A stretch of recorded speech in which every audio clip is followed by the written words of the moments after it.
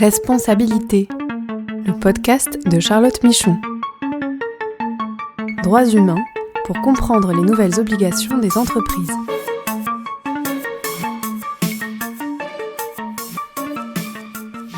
Donc, bonjour à tous et bienvenue dans cette deuxième émission du podcast sur la question des entreprises et la responsabilité en matière de droits humains. Alors ce deuxième podcast est consacré à l'enjeu du travail forcé dont je vais vous présenter la définition et les cadres avant d'échanger sur le sujet avec mon invitée, donc Sabine Gagné, qui est responsable du programme Justice de genre et non-discrimination chez Amnesty International France.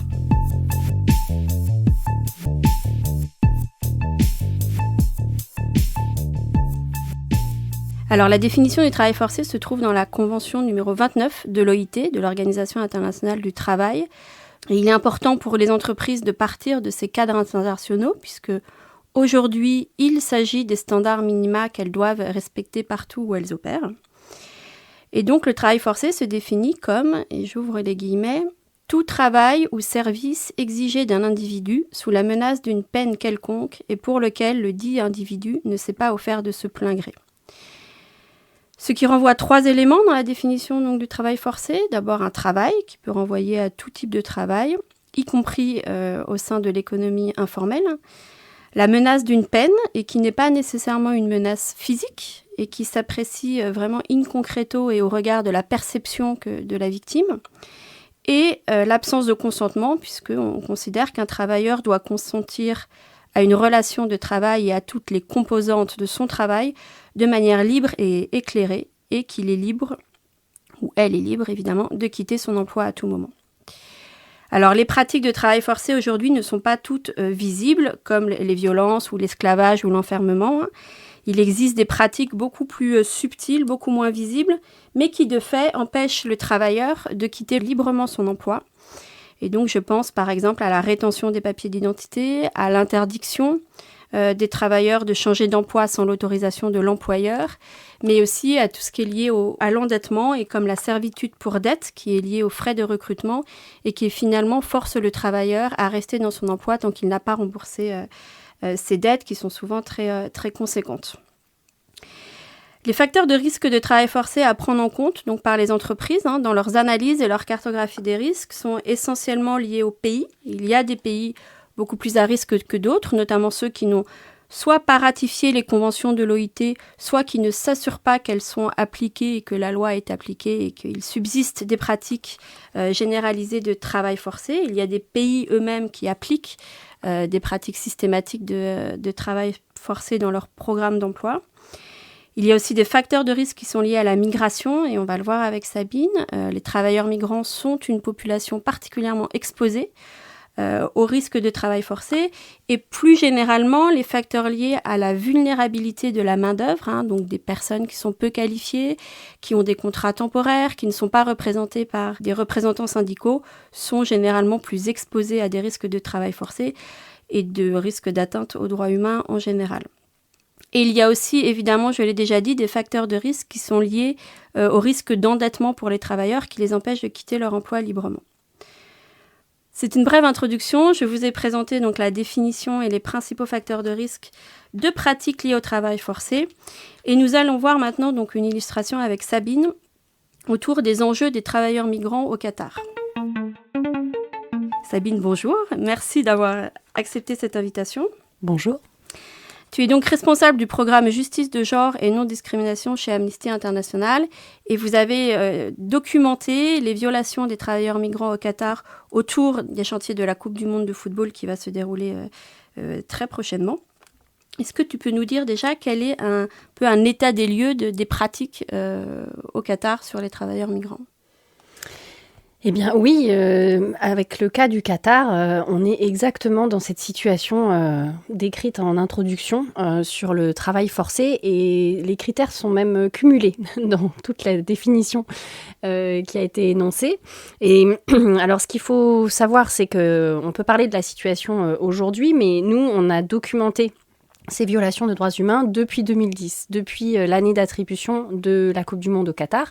Notre premier rapport est sorti en 2013. Et chaque année, on a sorti un rapport qui s'appelle Reality Check et qui évalue les progrès ou le manque de progrès d'année en année concernant les conditions de travail et le respect des droits des travailleurs migrants au Qatar. Ils étaient 1 million en 2010, ils sont aujourd'hui 2,2 millions, donc le Qatar a fait appel à cette main-d'œuvre de manière gigantesque et dans des proportions énormes. Il y a eu un afflux massif de travailleurs pour construire les chantiers de la Coupe du Monde. Et nous, on s'est intéressé donc non seulement aux travailleurs des chantiers et des stades eux-mêmes, mais aussi de toutes les infrastructures, tous les équipements sportifs autour de la Coupe du Monde. Mais il y a aussi une part invisible des travailleurs qu'on mentionne trop peu, qui sont les travailleuses domestiques et qui sont également victimes de violences, de violations de droits humains, voire d'abus sexuels. Et ça, c'est quand même important d'en parler. Alors, l'état des lieux. Il y a eu une évolution depuis 2010, mais on partait quand même d'un système qui s'appelle la kafala, qui est en pratique ailleurs dans le Golfe, et qui lie et qui crée une situation de dépendance entre l'employé et l'employeur. Et donc, l'employeur est comme un parrain pour l'employé. Et l'employé ne peut pas quitter son emploi, sous ce système-là, ne peut pas quitter son emploi sans l'autorisation de son employeur, ne peut pas quitter le pays non plus. Et alors, au Qatar, donc, cette loi a été abolie. En réalité, dans la pratique, les travailleurs sont encore très dépendants et victimes d'abus parce que ce système facilite l'exploitation. Et donc, dans la pratique, en réalité, c'est encore très ancré dans les pratiques et il y a une culture de l'impunité. Donc, les travailleurs sont pris dans un cycle d'exploitation. Il faut aussi repartir du début du voyage d'un travailleur migrant. Souvent, les travailleurs qui travaillent au Qatar viennent du Népal, du Bangladesh, d'Inde, du Pakistan, ou en Afrique, ils viennent du Nigeria ou du Kenya, par exemple. Et au Népal en particulier, pour prendre l'exemple du Népal, si on prend le cas d'un travailleur népalais, eh bien, quand on parle d'un cycle d'exploitation, c'est parce que à partir du moment où le travailleur veut quitter son pays pour aller travailler au Qatar, il doit payer des agences de recrutement et donc il va s'endetter. À partir du moment où il s'endette, il le fait en pensant qu'il sera rémunéré en fonction d'une certaine somme qu'on lui promet au Qatar. En réalité, ce qui se passe sur le terrain, c'est que souvent, il n'obtient pas la somme qu'on lui avait promise, donc il ne peut pas rembourser sa dette. Donc il se retrouve dans cette situation de servitude pour dette. Premier critère, premier exemple cité pour expliquer la définition d'un travail forcé. Ensuite, il se retrouve lié à son employeur. Souvent, son employeur lui prend son passeport, donc il n'est pas libre d'aller et venir comme il le souhaite. Ensuite, s'il veut changer d'emploi, eh bien, l'employeur peut s'y opposer. Et ensuite, il travaille dans des conditions de travail qui ont été ces dernières années donc catastrophiques, en travaillant sous des chaleurs impossible, sous 40 degrés. Et donc, on a également parlé des morts sur ces chantiers de la Coupe du Monde. Et sans parler des conditions de travail, des conditions de logement, de ces travailleurs qui sont logés dans des camps où ils sont entassés dans des chambres et où ils vivent dans des conditions d'hygiène déplorables. Effectivement, là, c'est une situation qui cumule plusieurs critères et on voit aussi l'intérêt pour les entreprises d'aller regarder les phénomènes migratoires et exactement comment ça se passe dès le pays d'origine. Et j'imagine que les circonstances dépendent aussi des pays d'origine. Alors aujourd'hui, vous menez une campagne donc, pour dénoncer ces violations. Quels est, selon toi, les rôles des différents acteurs et quels acteurs peuvent être mobilisés, donc aussi bien dans la réparation, puisqu'il y a des victimes, mais que dans la prévention en général du travail forcé, notamment autour de compétitions sportives? Alors aujourd'hui, on mène une campagne qui s'appelle « Ramener la coupe à la raison ».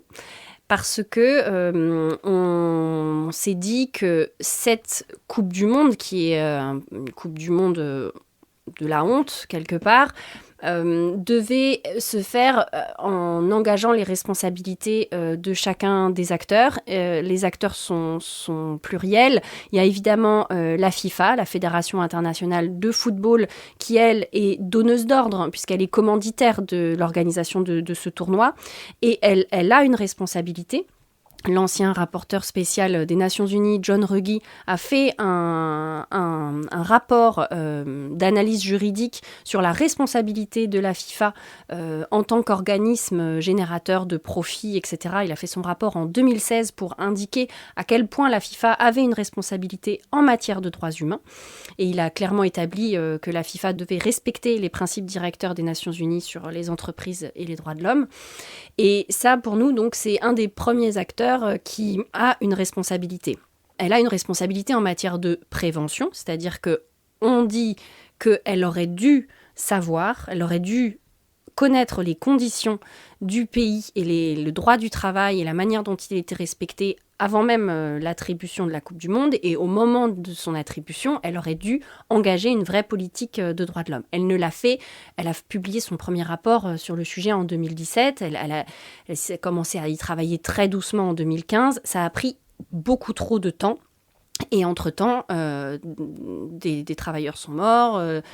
Des gens se sont retrouvés dans ce cycle d'exploitation, de travail forcé, etc. Et elle n'a toujours pas, même après 2017, engagé les réformes qu'il fallait pour s'assurer que les droits étaient respectés.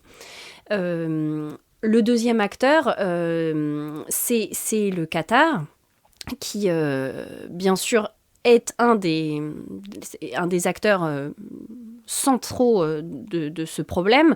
Le Qatar veut attirer l'attention mondiale sur son pays pour assurer son rayonnement culturel. Et donc, il a à dessein choisi l'organisation de cet événement pour promouvoir son image. Mais le respect des droits humains n'est pas allé assez vite par rapport à ça. Et en fait, il essaye de promouvoir son image, mais derrière les paillettes, c'est ça la réalité. C'est la violation des droits des travailleurs. Donc, il a fait énormément d'effets d'annonce et de fausses promesses, et de faux changements législatifs à répétition. Alors, soit qui se sont réellement concrétisés dans les textes de loi, mais qui ne se sont pas appliqués, soit qui étaient des demi-améliorations. Donc, le Qatar, en termes de prévention, a évidemment manqué à sa responsabilité.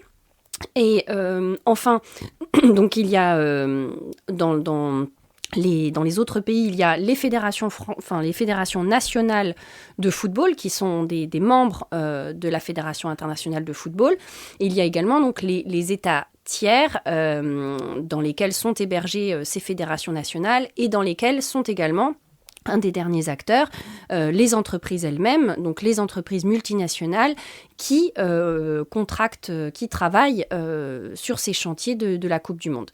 Et donc en termes de prévention, on est très loin du compte, évidemment, puisque l'état des lieux est celui que j'ai décrit tout à l'heure et ce sont des violations effectives de droits humains. Mais ensuite, en termes de réparation, aujourd'hui c'est tout l'enjeu de notre action, c'est que on ne peut pas changer l'héritage on ne peut pas changer le passé, de cette Coupe du Monde, mais on peut changer l'héritage. Et donc, c'est pour ça qu'aujourd'hui, on demande réparation, on demande de créer un fonds de compensation, un fonds d'indemnisation de la part de la FIFA, qui serait alimenté par le Qatar, par les entreprises, pour indemniser les travailleurs migrants et leurs familles, les familles de ceux qui y sont morts. Merci beaucoup Sabine pour ce témoignage. Et donc on voit bien les rôles des différents acteurs et selon finalement l'influence qu'ils peuvent avoir sur les actes et évidemment sur la réparation des victimes.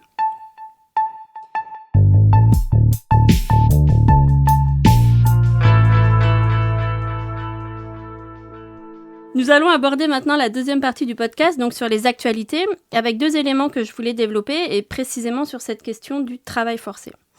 Donc tout d'abord, c'est les dernières estimations du travail forcé par l'Organisation internationale du travail qui publie tous les 5 ans des données, des chiffres. Donc c'est sur l'esclavage moderne en général, mais l'esclavage moderne est entendu comme le travail forcé et le mariage forcé. Et donc je vais vous présenter rapidement les résultats liés au travail forcé. Évidemment, on mettra le lien de l'étude sur la page de l'épisode. Donc ce que l'OIT nous dit, c'est qu'à tout moment, 27,6 millions de personnes sont en situation de travail forcé et que ces chiffres ont pris de l'ampleur donc, sur ces dernières années, et notamment avec la crise sanitaire, mais même en dehors des conséquences de la crise sanitaire. Le deuxième élément, c'est que le travail forcé n'épargne aucune région du monde. Cependant, lorsque le travail forcé est exprimé donc, par rapport en proportion de la population des pays, on voit qu'il est quand même plus important dans les États arabes, et Sabine en a parlé, dans le Golfe, mais aussi après en Europe et en Asie centrale. Alors la plupart des cas de travail forcé se produisent dans l'économie avec 86% des cas contre les 14% qui restent sont du travail forcé imposé par l'État, donc ça reste le secteur privé qui concentre le plus de cas de travail forcé. Ensuite, le travail forcé touche presque tous les secteurs de l'économie privée, donc, mais avec quand même 5 secteurs qui ressortent et qui regroupent 87% des cas pour les adultes, à savoir les services et le travail domestique, l'industrie manufacturière, la construction et l'agriculture. Alors en termes de pratique, on en a parlé, mais les plus répandus finalement, c'est la rétention systématique et délibérée du salaire, donc qui crée une obligation pour le salarié de rester dans l'emploi pour récupérer tout le revenu qu'il a cumulé et qu'il n'a donc pas eu. Et ensuite vient la menace de renvoi. Et ce qu'on voit, c'est que finalement, les moyens les plus graves donc, de coercition, que sont le confinement, la violence physique, sexuelle ou la privation des besoins essentiels, sont moins courantes. Mais elles existent évidemment toujours.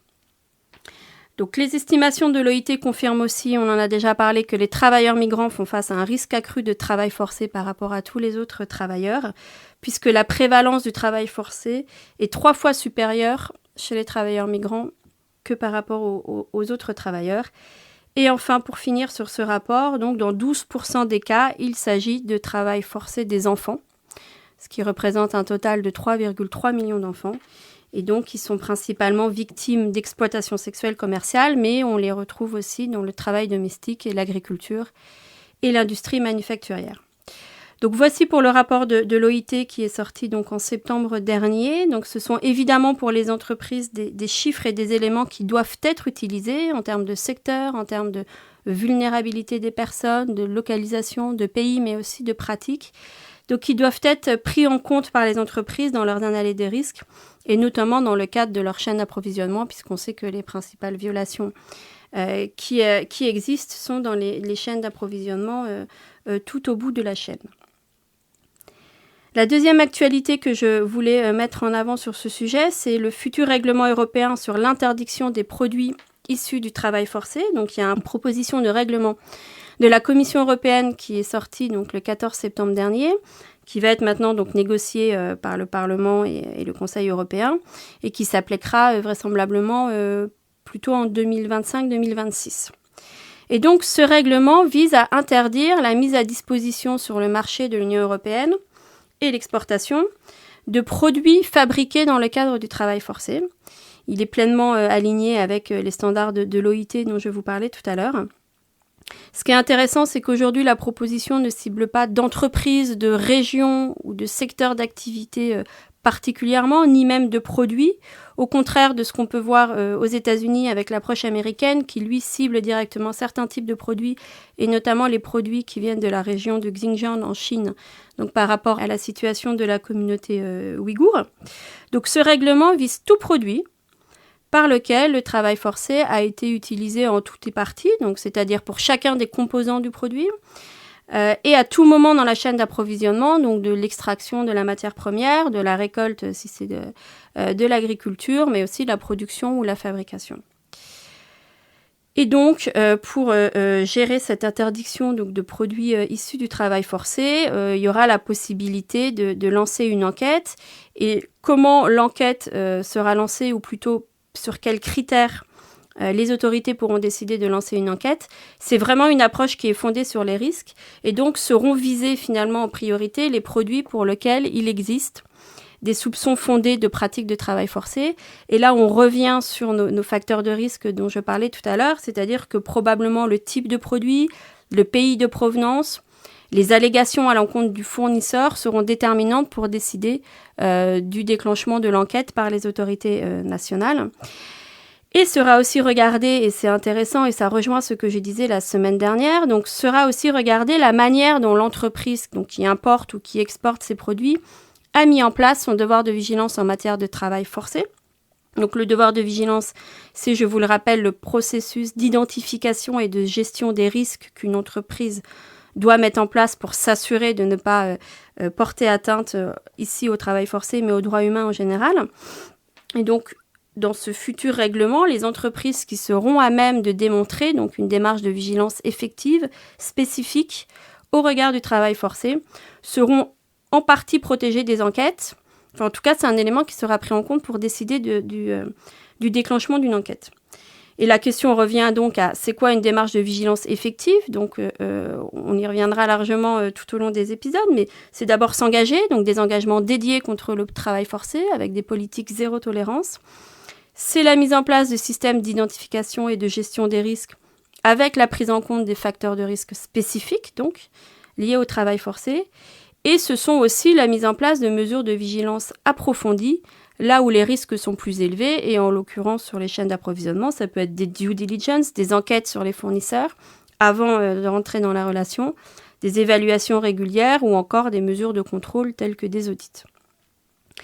La principale difficulté, selon moi, pour les entreprises par rapport à l'application de ce futur règlement sera surtout dans la connaissance de leur chaîne d'approvisionnement, c'est ce qu'on appelle la traçabilité des produits, de tous les composants, puisqu'elles devront pouvoir prouver, si enquête il y a, qu'elles n'ont bénéficié d'aucune pratique de travail forcé, mais sur toute la chaîne d'approvisionnement de leurs produits. C'est terminé donc pour aujourd'hui, je vous remercie de m'avoir écouté, et on se retrouve dans la prochaine émission pour parler d'une étape fondamentale dans les démarches de vigilance, à savoir la cartographie des risques. À très vite.